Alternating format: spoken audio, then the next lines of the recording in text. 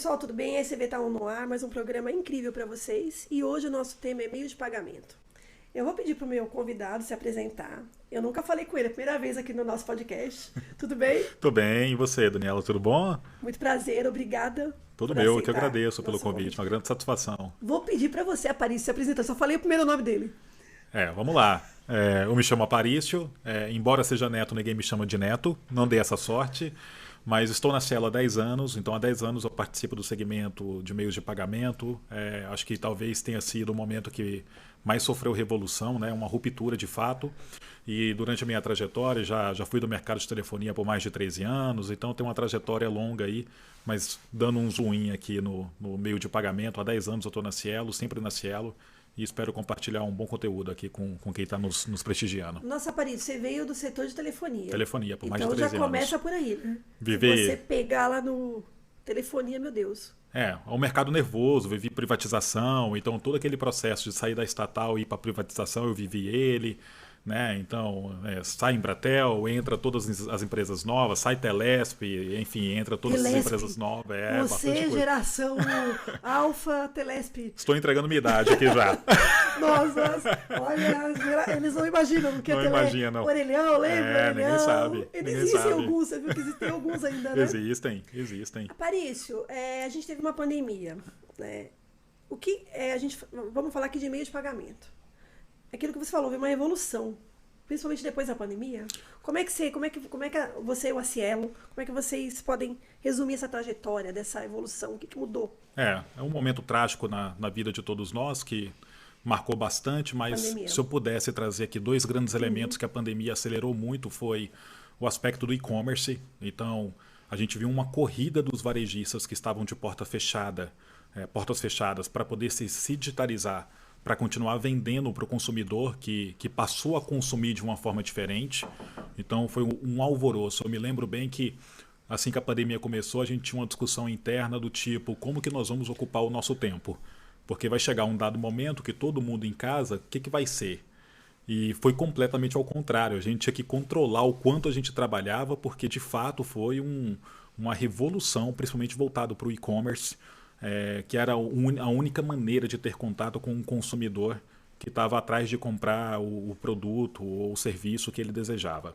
E, sem dúvida nenhuma, a digitalização da população. Então, os smartphones explodiram, a conexão na palma da mão, a forma de consumir com um toque ou através de um app, isso também mudou bastante. Então, acredito que são os dois grandes feitos estruturantes pós-pandemia, que inevitavelmente vai passar por meio de pagamento e por digitalização dos meios de pagamentos.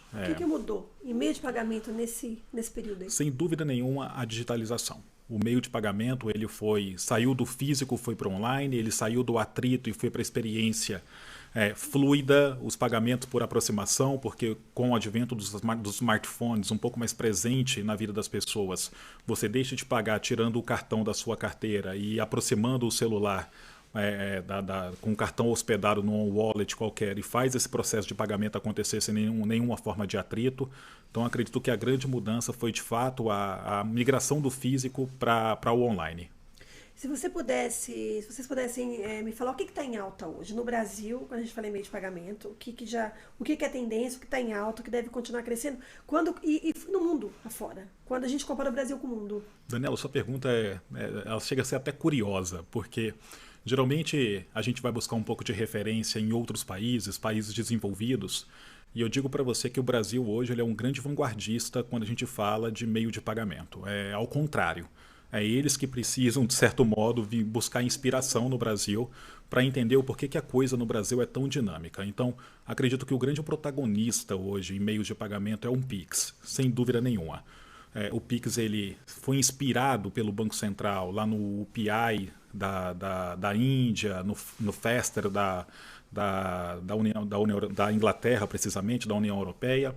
E a gente hoje tem um patamar de Pix com uma agenda extremamente mais estruturada, onde a gente conseguiu pegar algo que já existia e turbinar ele de uma forma que hoje a Índia tenta entender o que aconteceu com o meio de pagamento instantâneo para chegar no patamar que hoje está.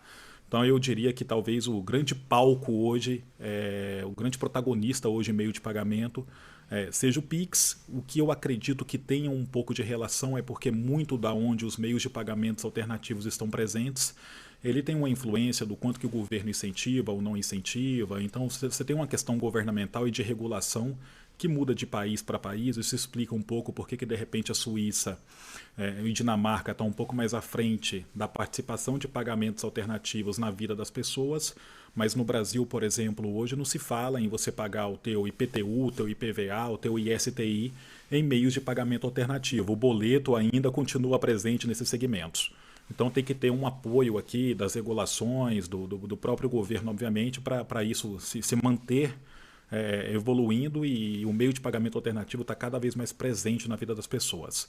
Tá? Mas quanto à tecnologia e diversidade, sem dúvida nenhuma, o Brasil é um grande vanguardista em meios de pagamento. Nossa, eu não sabia. Aí, é curioso isso, né? É bem curioso. E o Pix, assim, muita gente achou que não ia dar certo. E a gente tem aquela questão envolvendo segurança, mas no Brasil é sempre assim, né? Qualquer solução que vem, às vezes tem essa questão da segurança, que todo mundo fica com medo, e aí as coisas vão se acertando. O brasileiro adora tecnologia, né? Em geral, né? Ele é muito engajado em tecnologia. Então, o Pix, por exemplo, quando você vê compras de ticket médio, isso foi o próprio varejista que disse para nós em pesquisa, tickets médios até R$100, Pix, ele realmente tem um palco, ele tem uma presença massiva perante outros meios de pagamento. Quando você vai para tickets médios acima de R$100, você ainda vê o cartão de crédito com uma presença um pouco mais acelerada. Muito em virtude do crédito, com o advento das wallets também, como você não tem um pagamento por atrito, o cartão está dentro do seu celular hoje, a experiência está muito mais fluida e você também desfruta daqueles benefícios que os emissores oferecem para os clientes que usam o cartão de crédito. Vamos falar dele. O cartão de crédito. Seria a minha próxima pergunta. Esse querido que os usam ainda no físico, aquilo que você falou, todos usam no celular, né? Você meio que respondeu já. Em compras acima de 100, ele ainda é o mais presente. Ele ainda realmente é porque a gente tem a questão do crédito pro brasileiro, né? É isso. Isso talvez que seja... O crédito e o crédito parcelado acima de tudo, brasileiro, né? Parcelado. O crédito parcelado é muito engraçado. A gente vive algumas situações, a gente atende alguns clientes que são clientes globais e é curioso... A Cielo tá no mundo todo, né? Só pra saber. Não, nós estamos só no Brasil, mas nós temos os clientes globais que operam no Brasil. A Cielo é brasileira? A Cielo é brasileira. Tá vendo? A Cielo é brasileira, genuinamente brasileira. Nasceu aqui, então quanto tempo tem isso, 30 anos. Completamos 30 anos, agora há pouco. Ainda como é que é? Um rapazinho, é um adulto. Um adulto, saiu da adolescência, virou um adulto. Mas ali, a Cielo é brasileira e mercado difícil, né? Mercado competitivo. Competitivo, o mercado ele sofreu uma revolução, né? Porque você tem tanto o aspecto dos novos adquirentes. Hoje no Brasil, quando a gente fala de adquirente puro mesmo, que tem a licença para adquirência, a gente fala de mais de 130 players. Quando a gente traz os subadquirentes, esse número extrapola 300. Então, realmente, um mercado que sofreu uma transformação bem grande, principalmente de competitividade. E por isso que a nossa agenda ela é uma agenda muito pautada em questões tecnológicas, porque não tem como desvincular o meio de pagamento, a experiência do pagamento, da experiência do shopper dentro da loja, né? A gente vê o supermercadista investindo em boa experiência, em ambiente, em gôndola, em diversidade, em mix. Chega na hora do pagamento, uma fila de 40 minutos para poder pagar. Nossa. E o pagamento quebra. Isso não existe, né, gente? Todo o investimento que o supermercadista fez para trás faz parte. Quebrou. Então não tem como desvincular. A gente enxerga, e é importante que o varejista enxergue o pagamento em si como parte integrante da jornada. Não tem como desvincular mais. Voltando a falar do cartão, que aí a gente interrompi para falar da Cielo, voltar a falar do cartão. Então, ele tem essa questão que você falou do crédito parcelado, né? Então, ele tem ainda importância, né, Aparício? Ainda o cartão de crédito. Tem, sem dúvida nenhuma. O brasileiro ainda usa, né? Ele usa. O brasileiro, ele é dependente, de certo modo, para o seu consumo do crédito. Então, é uma forma de pagamento que continua em tickets médios mais alto, ainda com um protagonismo muito grande. Agora é uma situação engraçada explicar isso para o gringo. O que é o pagamento parcelado? Mas espera aí, o risco não é meu, o risco é do emissor? Como que funciona isso? A gente vive situações engraçadas sobre boleto, isso no nosso dia a dia. Boleto, muito engraçado. Mas eles entendem? Entendem, depois de muita explicação entendem. Alguns Bem, acho que entendi.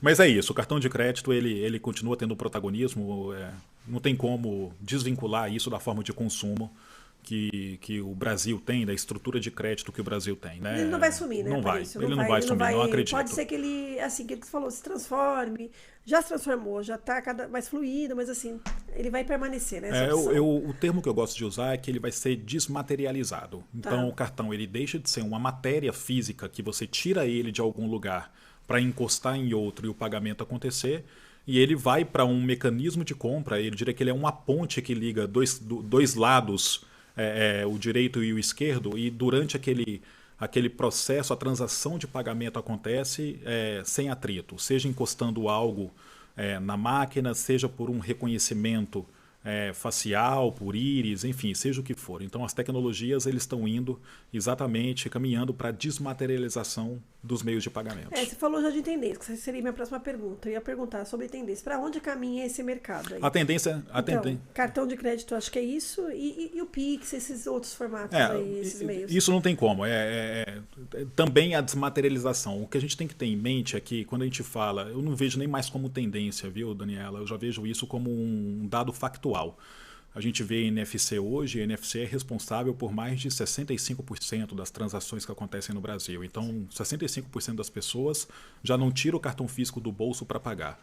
Pix está com a mesma agenda. A gente recentemente lançou o Pix por aproximação. Então, aquela mesma experiência que você tem de encostar o teu celular na máquina e a transação acontecer, a gente fez com os nossos bancos controladores, Banco do Brasil e o Bradesco, um meio de pagamento Pix por aproximação.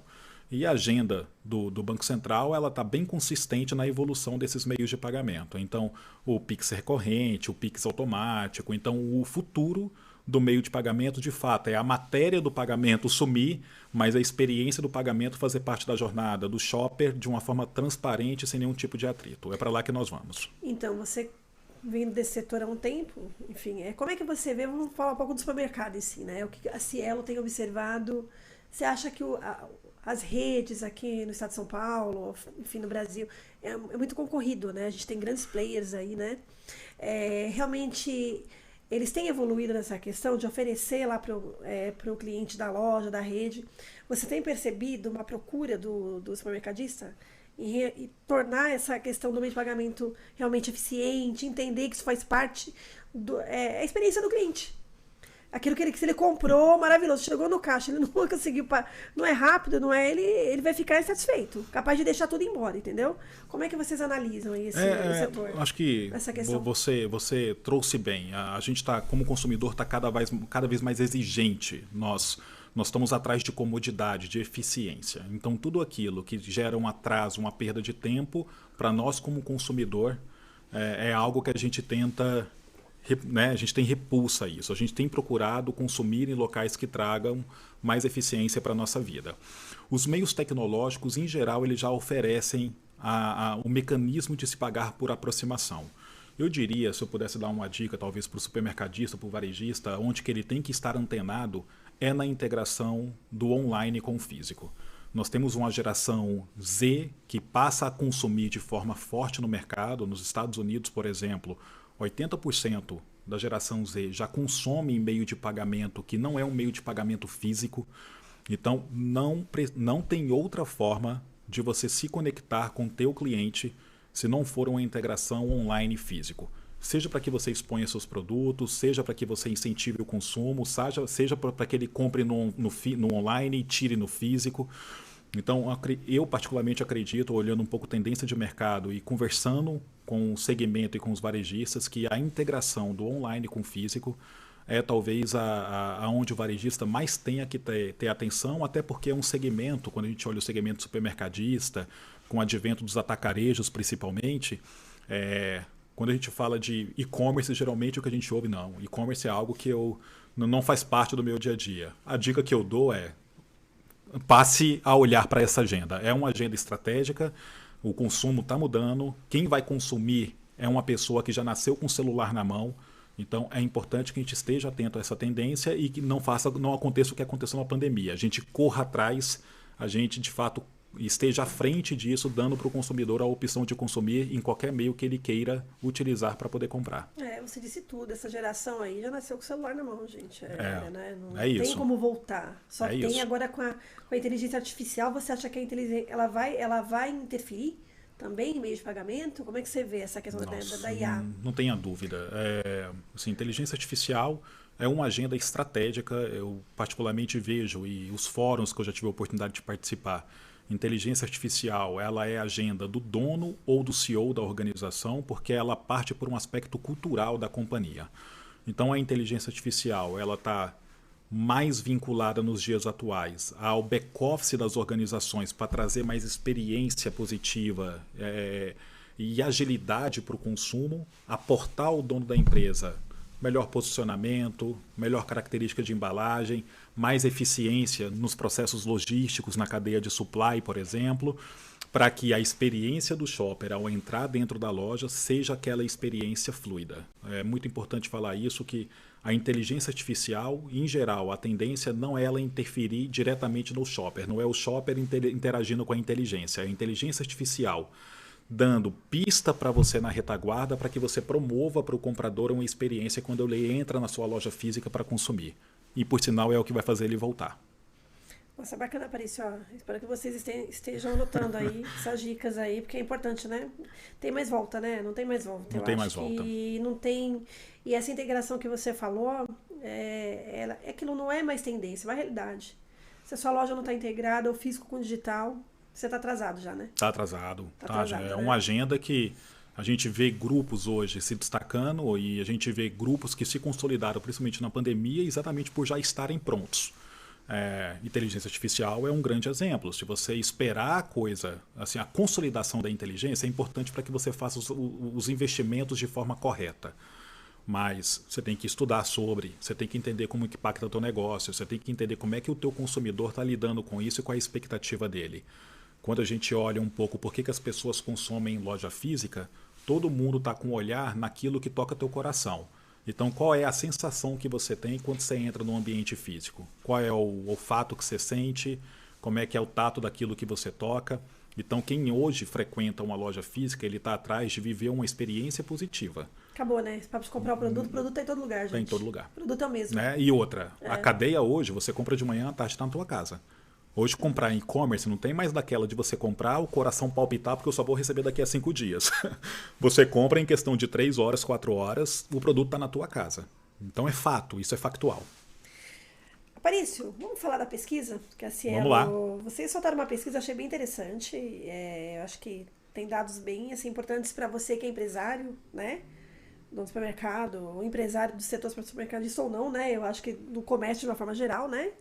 E tem uns dados bem interessantes lá, que eu anotei aqui, ó. Sobre o uso de dados, né? Vocês fazem pesquisas também? Da onde Continuamente. Só para entender. Nós temos áreas dedicadas a isso dentro da companhia, exatamente para dar orientação por caminho estratégico da organização. A gente tem que estar alinhado com aquilo que o varejo busca, mas por outro lado também como é que a gente aporta valor para o varejista para ele tomar decisão melhor. Então, nós temos áreas, temos pessoas que respiram hoje tratamento de dados dentro da companhia. Então, eu acho que esses dados aqui, esse que eu anotei principalmente, que eu achei bem relevante, assim, só reflete algo que eu acho que muita gente já sabe, mas só para afirmar, a gente pode falar um pouquinho. 73% dos gestores já utilizam os dados para promover os negócios. Quando a gente vai para empresas muito grandes, 83%, quer dizer, quase todo mundo. Quase todo mundo. Por que vocês... E tem uns dados que eu anotei também quando vai para os setores da loja. Onde que esse dado é aplicado, isso né? Isso é muito legal. Eu não sei se você tem anotado aí, porque eu só anotei esse trecho, enfim. Vamos falar um pouquinho da importância dos dados. Vamos lá, em geral, os dados... porque, vamos lá, essa informação é informação valiosa. Eu considero que dado é o novo petróleo. Né? Mas tem que filtrar, tem que saber usar também, né? Mas petróleo dentro da terra não vale nada. E tem que né? saber extrair e usar também. Você isso. Tá vendo ali, dado parado também, não né? serve de nada e em pouquíssimo tempo ele fica obsoleto, porque hoje no dinamismo que a gente tem, o dado ele está o tempo inteiro se sendo... muda rapidinho. Muda, né? Já mudou, né? Então vamos lá. Embora a gente use dados, mais de 70% do varejo use dado para algo, é muito importante entender de que forma que a gente usa. Em geral, os dados são utilizados para entender um comportamento do consumidor. Então ele vem na minha loja consumir o quê? Para quê? Qual é o objetivo dele? Então, em geral, os dados hoje são utilizados para poder incentivar compra. Então, como é que eu aumento o ticket médio, como é que eu aumento a recorrência? Em geral, é isso que a gente observa na pesquisa. Mas o grande ponto é, eu tenho que olhar, e aí os varejistas em geral têm que se preocupar em olhar o dado de mercado, o dado de fora, mas ele não pode esquecer de olhar o dado para dentro. E como que ele cruza essa informação para poder realmente setar a direção mais acertada para as promoções, para as ofertas, para a dinâmica dentro do negócio dele para poder gerar mais produtividade. Um grande exemplo, por exemplo, é por que eu faria uma promoção na segunda ou na terça e não na quinta ou na sexta? Será que o maior fluxo dentro do meu mercado concorrente bate com o meu? Se não bate, talvez seja mais conveniente eu fazer a promoção naquele dia que meu concorrente vende mais do que eu. Então, hoje são alguns tipos de solução que nós temos para poder auxiliar o varejista, olhando um pouco de como que é o comportamento transacional de cada transação de cartão que passa no mercado. Então, como você orienta esse dado para fazer escolha mais acertada é exatamente aonde a gente mira e onde eu acredito que de fato vai mudar o ponteiro de resultado do varejista. E tem alguns dados, que agora eu não anotei. Você tem aí? Você trouxe? Tenho um pouquinho? Tem alguns dados aqui. Dos setores que ele usa, que eu achei bem interessante, para de promoção. Vamos lá, em geral, eles usam os dados para poder entender o comportamento de compra do consumidor. Então, eu falei isso agora há pouco. O que ele compra, para que ele compra, com que fim? Qual é o segredo do negócio? Será que faz sentido eu tenho mais de uma loja? Só que eu tenho uma loja perto da praia. Faz sentido eu ter o mesmo produto nas duas lojas? Sim. Então, os dados hoje eles são utilizados exatamente para entender o seguinte: olha, na loja perto da praia eu tenho que ter mais chinelo do que numa loja, por exemplo, numa localidade que tem alta densidade de público pet. Então, talvez ali eu tenha que ter um mix diferente da loja perto da praia, porque os públicos que frequentam os dois ambientes são diferentes. Então, eles usam muito para orientar esse comportamento do consumidor. Tipo de consumo. Então, hoje, rede social é um grande caminho que o varejo usa para pesquisar e entender o comportamento de compra do cliente dele. Rede social é um grande caminho que se utiliza. Comportamento de concorrência, preço está adequado, não está adequado, qual é a melhor orientação para promoção, incentivo para recorrência. Então, clube de compras, né? O loyalty, como é que eu incentivo esse cliente a comprar a primeira vez, mas eu quero que ele tenha uma frequência de compra. Hoje está mega em moda, né? Você compra, você recebe um SMS no celular. Nossa, volte em 30 dias, você ganha aqui um voucher de 30, 40 reais para poder consumir de novo. Hoje, eu posso dizer para você que quase na sua totalidade, a compra identificada é o que tem feito isso acontecer. Então, em geral, quando você vai comprar, a pergunta é quem é você, qual é o teu CPF, qual é o teu dado. E isso, obviamente, eles ficam trilhando e ficam acompanhando como é que é a tua vida, para poder te sensibilizar da forma correta para te atrair para o consumo. No final do dia, é esse o grande ponto. Mas, assim, digitalmente, eles sabem de tudo. Tudo que a gente compra, quando, por quê. Não, mas é importante, né? Saber o que te ofertar também, né? E inteligência artificial ela vai ajudar bastante aqui, né? Inteligência artificial já teve várias idas e vindas ao longo da vida dela, verdade, Daniela. Assim, se a gente parar um pouquinho, inteligência artificial desde 1950 se fala. Isso que eu ia comentar, não é uma coisa que eu acho que agora que é incrível, mas nossa, isso. Por que não explodiu em 1990? Por que não explodiu em 2000? Por que não explodiu em 2010 e por que em 2025 vai explodir? Para a inteligência artificial explodir mesmo, para ela acontecer, você precisa de 4 grandes elementos. 3,5 talvez. Você precisa de dado. Tem que ter informação, porque a inteligência artificial, no final do dia, ela faz o quê? Ela processa de forma rápida e eficiente um grande volume de informação para te trazer resposta para algo que você pergunta. Você não tinha esse mesmo volume há uns 40 anos atrás. Talvez até você tinha dados. Agora, como que eles estavam organizados, esse é o grande desafio. Mas vamos lá, hoje está organizado. Hoje tem cloud, hoje tem espaço, hoje tem computação. Então, vamos lá, o dado se tem. Mas como eu processo isso muito rápido? Então, hoje tem computação quântica. Então, você tem computadores extremamente eficientes, processadores extremamente eficientes que têm a capacidade de processar isso de uma forma muito rápida numa rede de conectividade mega evoluída. Na China se fala em 10G. Nossa. Né? A gente está em 5G no Brasil. Falar, meu Deus. Na China se fala em 10G. Vamos chegar quando nos 10G? Então, Entende? Demorar uns anos pra gente, Conexão, né? De alta velocidade e estável, com baixa latência, está na mão de todo mundo hoje com seu celular. Né? O terceiro, investimento. Então você vê que a arena para que a inteligência artificial vingue em 2025, ela é muito mais propícia do que em 2010. E isso explica a razão pelo qual eu particularmente acredito que isso é um caminho sem volta. É uma agenda que não dá para achar que não vai acontecer. Carro elétrico. Eu ouvi várias pessoas falarem há 3, 4 anos atrás, essa onda do carro elétrico já veio e já voltou algumas vezes. Desculpa, carro elétrico não retroage mais. Não retroage. A gente pode ter uma conversa longa sobre isso, porque a energia que abastece meu carro ela pode ser saudável ou não saudável. Mas a infraestrutura para abastecer o carro elétrico e a tecnologia de bateria de 2025 é radicalmente diferente da época que o carro elétrico foi lançado pela primeira vez. Então, é caminho sem volta. Aplica-se aqui a inteligência artificial.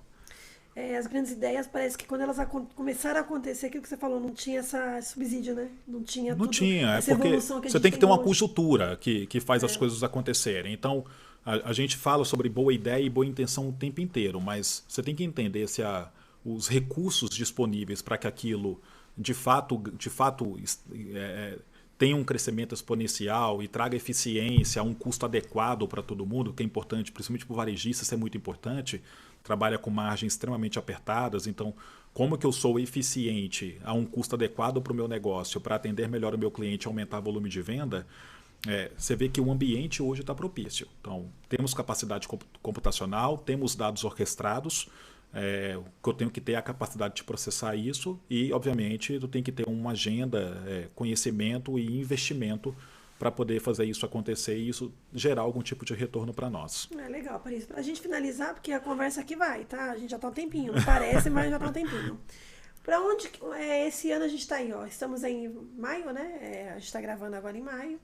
E o que a Cielo pretende esse ano? Onde estarão os investimentos em meio de pagamento? Como é que vocês vão trabalhar aqui no Brasil? O que vocês esperam, né? Como é que vai ser a atuação de vocês esse ano aqui no Brasil? Vamos lá. E falando do setor de supermercados, o que vocês vão trabalhar, de que maneira? Vamos lá. Vão ofertar para eles? Eu acredito que eu já tenha dado algumas pílulas aqui durante a minha fala, mas a gente se enxerga como empresa de meio de pagamento, mas muito mais do que isso, a gente se posiciona como uma empresa de tecnologia. Então, os nossos investimentos, e nós temos um time que está em desenvolvimento de produtos e desenvolvimento de tecnologia que respira varejo, ou respirou o varejo por muito tempo.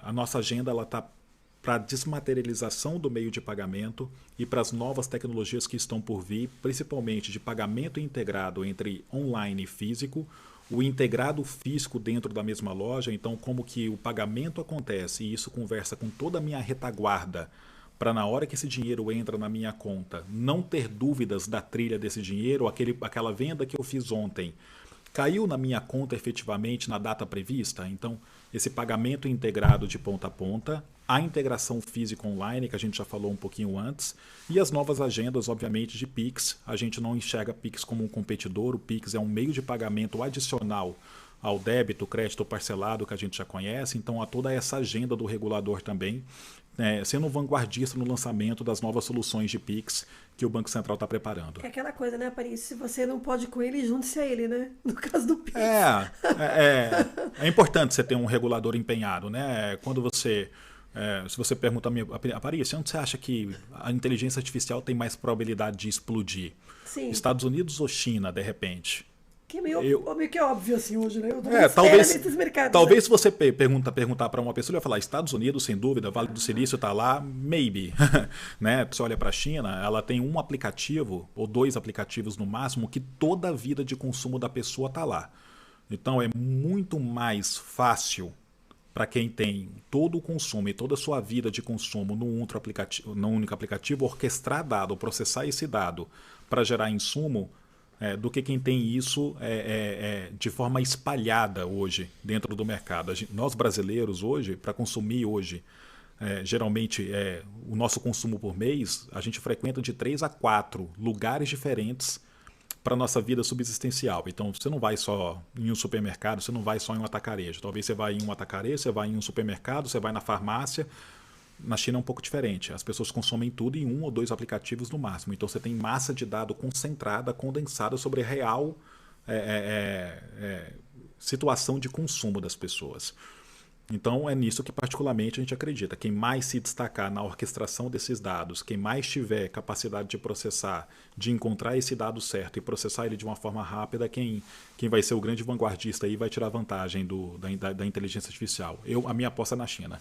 Então tá, daqui a um tempo a gente vai voltar com essa última frase, viu? Espero. Bruno? Você tá aí gravando a gente, pra gente... Vamos ver se você vai acertar, entendeu?